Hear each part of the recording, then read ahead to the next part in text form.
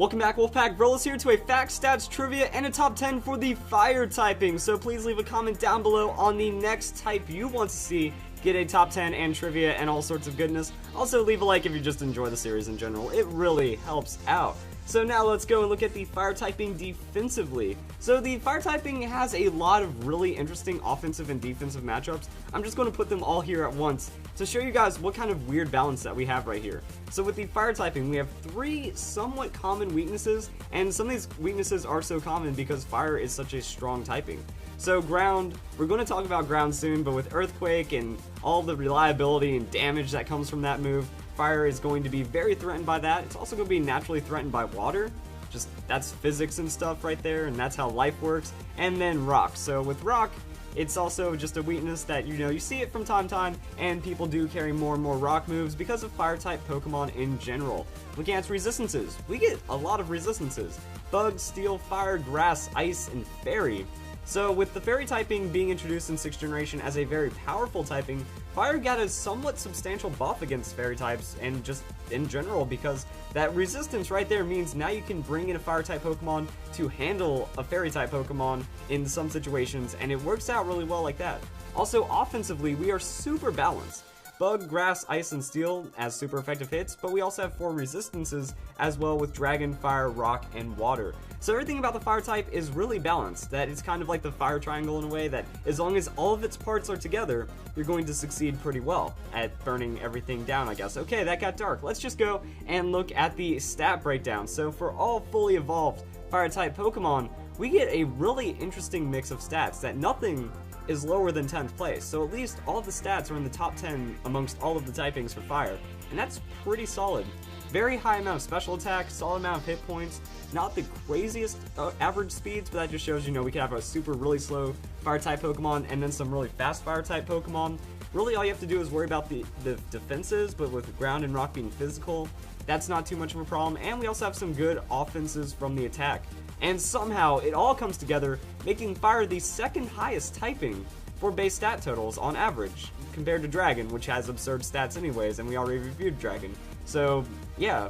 So now let's go and look at some cool Pokemon for trivia and whatnot. So Primal Groudon, as a primal legendary that gains a lot of stats, it's going to be the highest fire type Pokemon that for base stat total, and it also provides the single highest fire type stat with its attack. Charizard Y, though, is close behind with a high special attack, giving it the highest stat for a non-legendary fire-type Pokemon, and just a lot of cool power overall. Both of these Pokemon do have Drought, and the only other Pokemon to have Drought that is a fire-typing Pokemon, or the only other Drought Pokemon in general. So there are only a few amount of Pokemon that can bring sunlight naturally. Looking at stats by the numbers, there are 8 legendary fire-type Pokemon, including Primal Groudon, which actually gains the fire-typing through its primal reversion. We also have 8th place as where fire type stands amongst all the other types, with only 8.3% of Pokemon being the fire type, so that includes some megas and other forms and stuff. But one of the more interesting things is that fire typing has the highest base damage modifier for an offensive move, and that's just through a lot of really unfortunate scenarios for that Pokemon. So in Intense Sunlight, with a Bug Steel Pokemon, and that Pokemon has been affected by Forest Curse, we get a ton of damage right there. That Bug Steel and a Grass typing means you have an 8 times weakness to fire. Then we get Intense Sunlight, so that's going to be 50% right there. If that Pokemon also has Dry Skin, then it even gets modified higher by 25% more, bringing us 15 times damage if all of these situations occur. And I mean, just Forest Curse on a Bug Steel Pokemon, that's already 8 times right there, so that's a super amount of damage as well. If the opposing Pokemon is attacking with a Flash Fire boost or Blaze boost, it means we have over 20 times power multiplier on that. And at the same time, it can also be the lowest multiplier possible in the game that isn't immune by anything, because in Rain, against a Fire Dragon Pokemon that has Thick Fat while Water Sport is in effect, it has 0.02 times damage. That is going to do nothing. Some other cool fire-type facts are going to be that in Generation 3, it was the only generation that introduced a fire-type move that did not have the word fire in its name. So if we look at, we have Fire Blast, we have Sacred Fire, we have Mystical Fire, we have all these other moves with fire in the name except in Generation 3. I guess they really tried to mix it up, and you can kind of see that because it was like Blaze and Blast, and they tried to say cool things like Heat Wave. because that's when all of these moves were introduced, and we also had Will-O-Wisp being introduced in the 3rd generation, one of the stronger fire-type moves on a status kind of level. But the hardest hitting fire-type move is going to go to V-Create.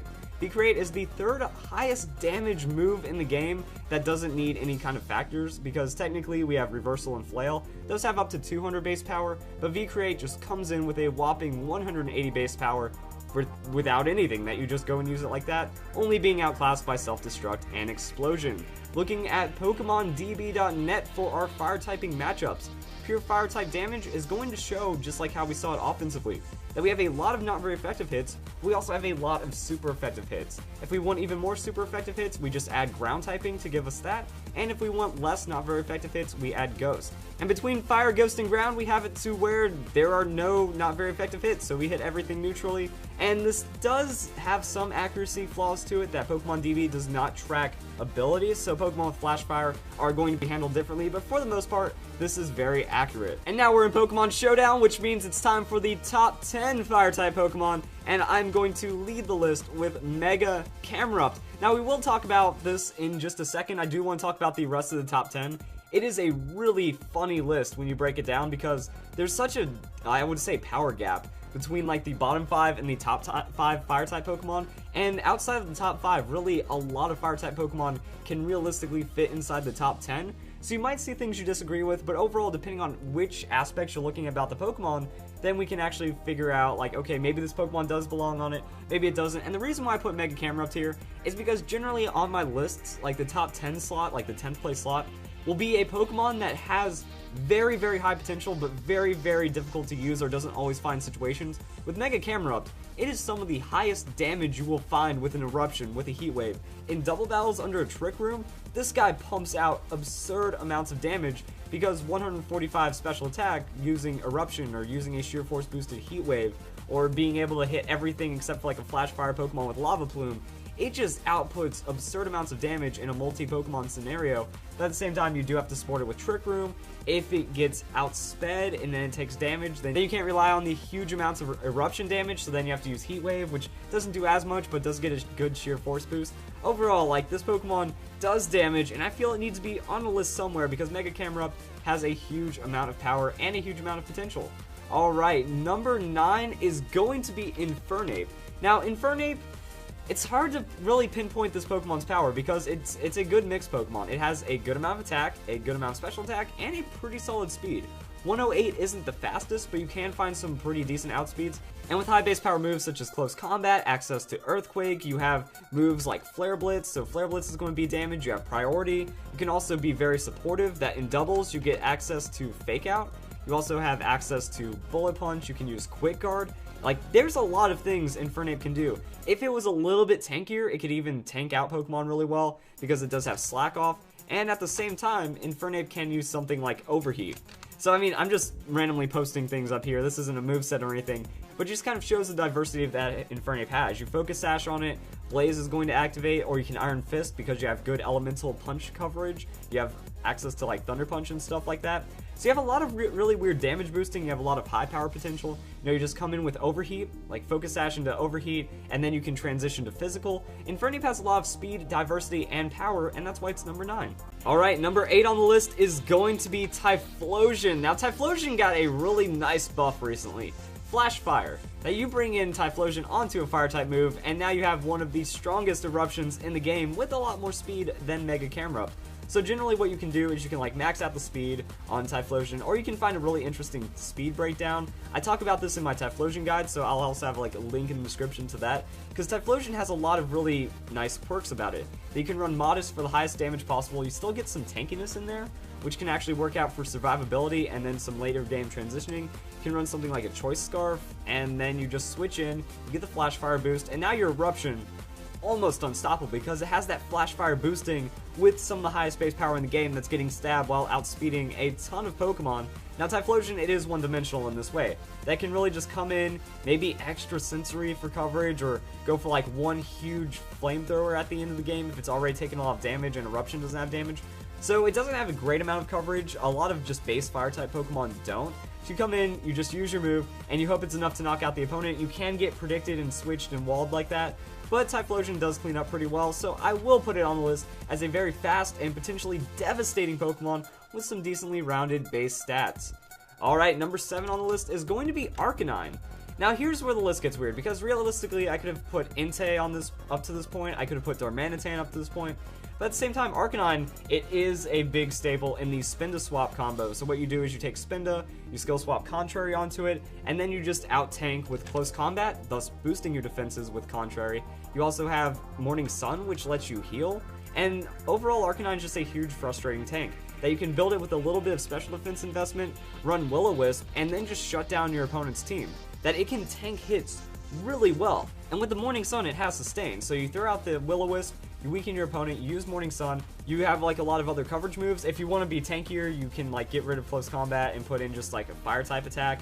You also have extreme speed, so suddenly you have a lot of power behind you and a decent amount of attacks. That Arcanine has a really high base stat total, so 100 special attack, 110 attack, 90 hit points, and 80 on the defenses with 95 speed. This Pokemon cleans up, and it just has a lot of stat bulk, just offensively and defensively.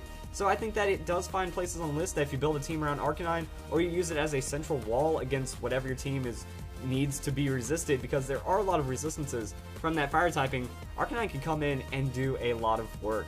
But next up, we have a tank that just goes without comprehension. Number 6 on the list is going to be Torkoal. And here's the thing about Torkoal. Very, very high skill cap Pokemon. You have to know exactly how to use it, when to use it, where to use it, and what you need your team to do, because there are a couple of diversities that you can do with the moveset, and if you understand the ins and outs of Torkoal, it doesn't really matter, that you use it as a pure physical tank. Whenever your opponent tries anything physical, you bring in Torkoal, you go for something like a Yawn, and then you have to like make your opponent make these tough decisions, switching out, staying in. You go for Protect predictions, and then you also have something like Stealth Rock. Stealth Rock is going to let you set up, get your opponent just shifting around pretty hard, and you even get access to Lava Plume.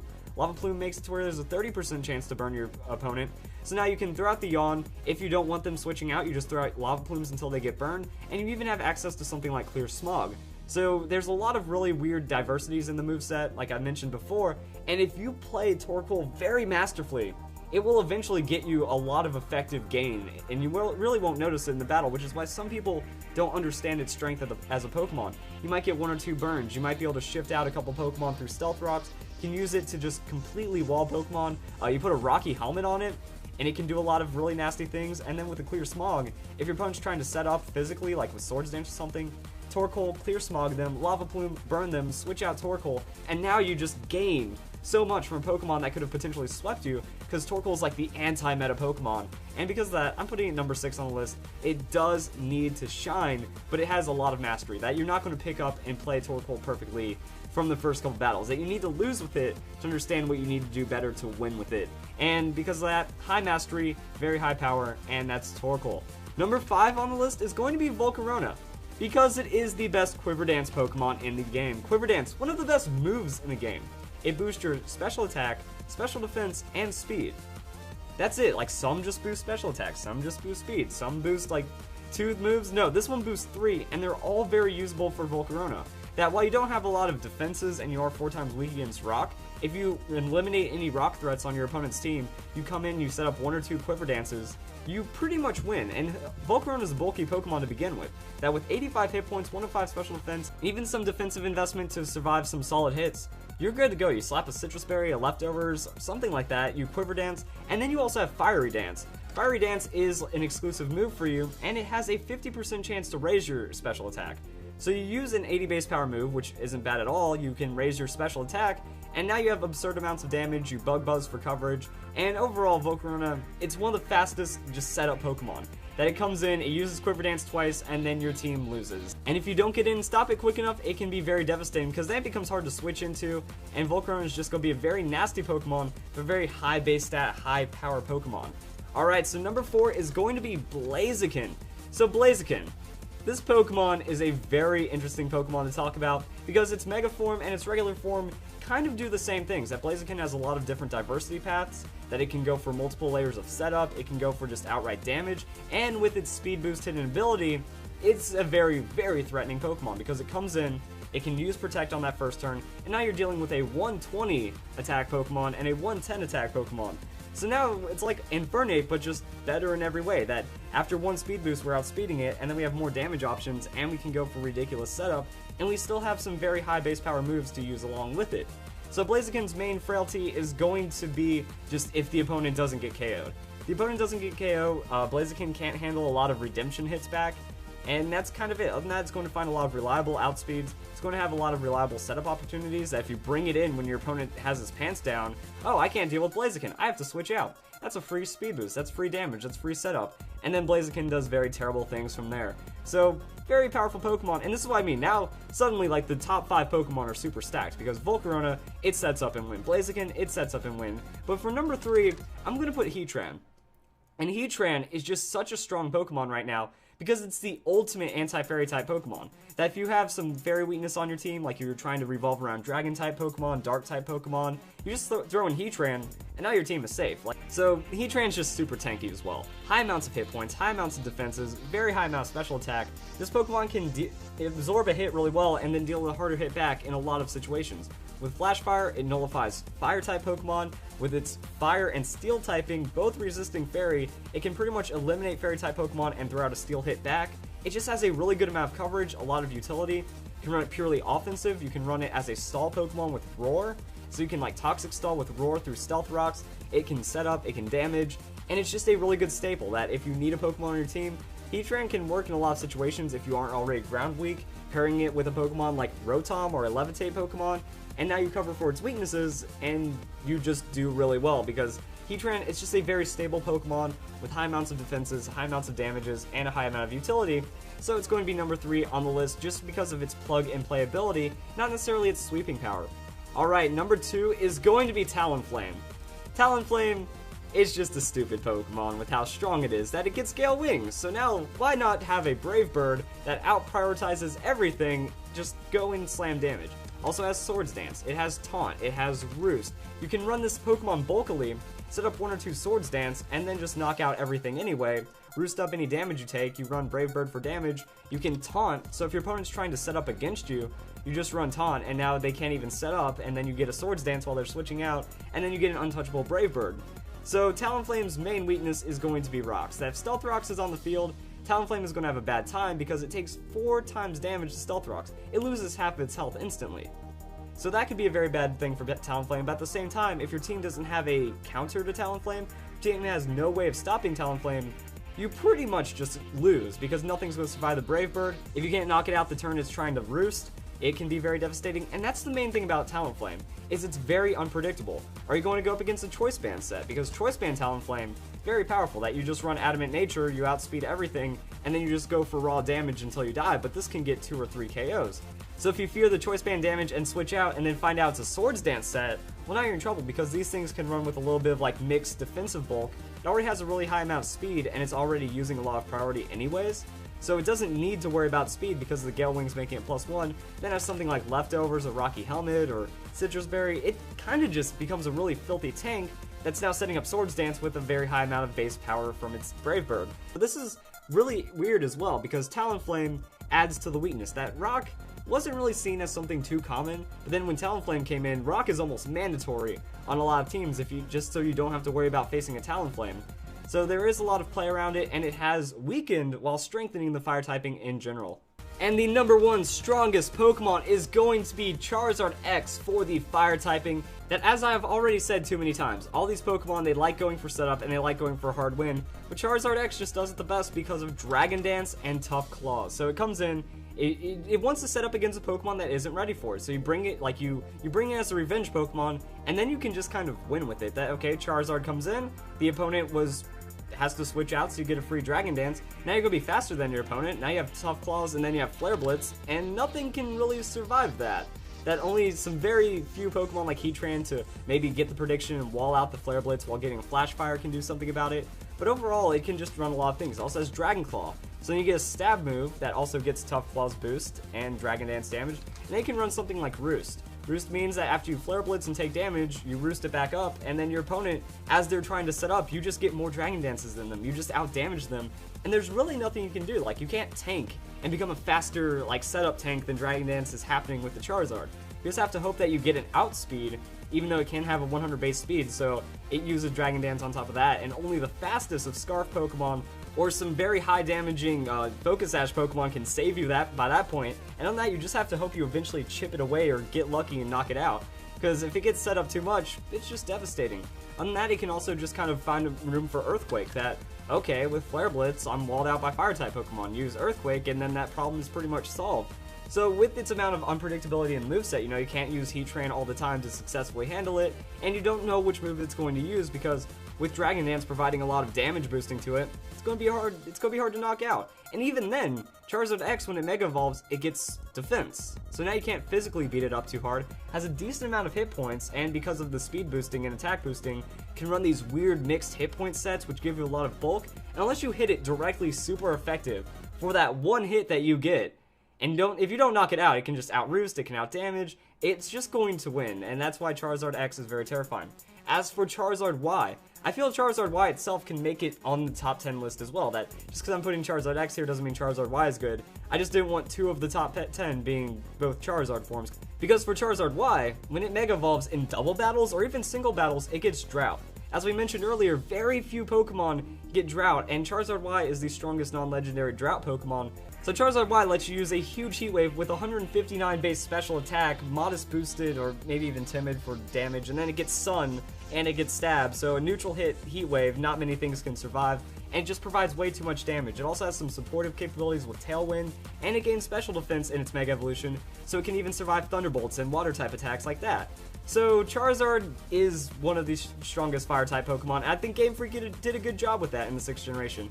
But they gave it 2 Mega Evolutions, and they gave it so much diversity, so much play. So it's really good to see that one of the old school Pokemon getting some power from that. Hope you guys enjoyed this video. Those were the top 10 Fire-type Pokemon, as well as some Fire-type trivia, and I hope you all have a nice day. Thank you for watching.